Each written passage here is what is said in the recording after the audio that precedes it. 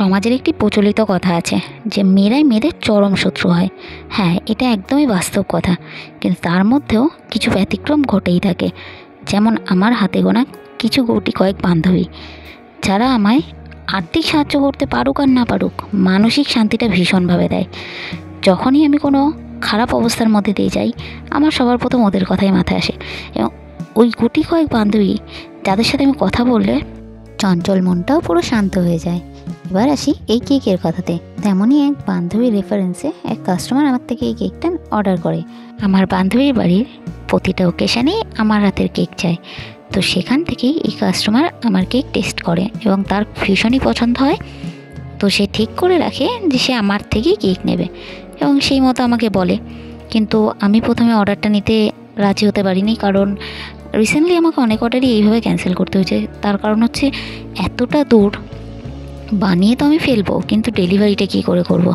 বাইরে যে পরিমাণ গরম, আর আমি সব সময় নিজের থেকেই কেকটা ডেলিভারি করে থাকি, কোনো রকম অনলাইন ডেলিভারি মাধ্যম ছাড়াই।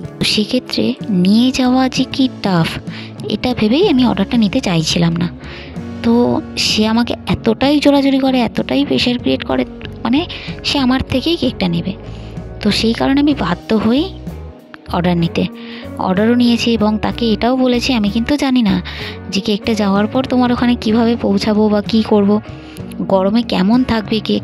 সেই কাস্টমার আমাকে বলেছে, দিদি তোমায় এত ভাবতে হবে না, তুমি খালি নিয়ে এসো, যেমনই হোক আমি নিয়ে নেব।